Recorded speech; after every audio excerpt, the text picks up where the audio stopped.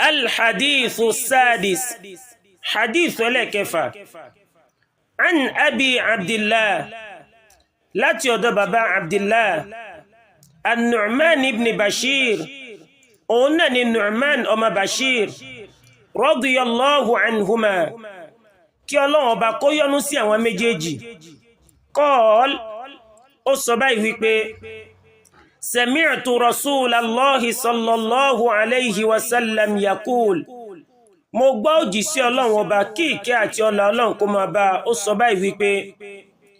innal halala bayyin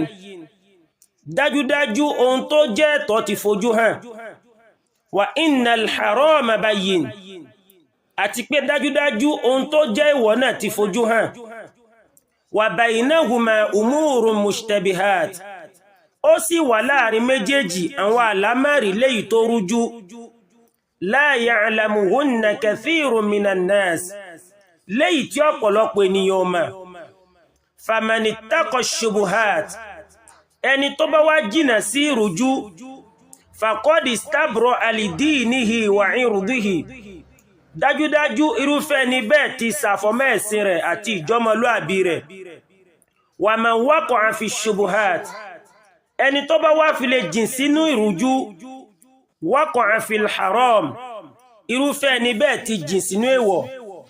karra'in yar'a hawla al-hima àpèjúwe rẹ̀ ó wá dà gẹ́gẹ́ bí adaranjẹ̀ tí ń daranjẹ̀ létí ọgbà yushiku an yarta'a fi tí wọ́n ń páyà wípé kí wọ́n má wọ inú rẹ̀ ala wa inna li kulli malikin hima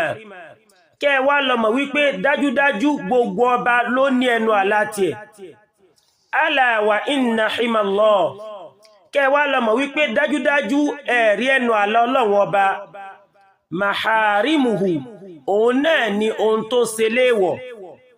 ala wa inna fil jasadi mudghah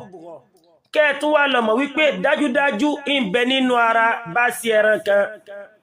idha salahat salaha al-jasadu kullu tí bá sí ẹran náà bá ti dá gbogbo ara náà ló dá wa idha fasadat fasada al-jasadu kullu tí bá sí ẹran náà bá sì ti bàjẹ́ gbogbo ara ló ti bàjẹ́ ala wa hiya al-qalb kẹ́ wá lọ mọ̀ wípé bá sí ẹran náà òun náà ni ọkàn rawahu al-Bukhari wa Muslim Imam Bukhari àti Muslim ló gbà wá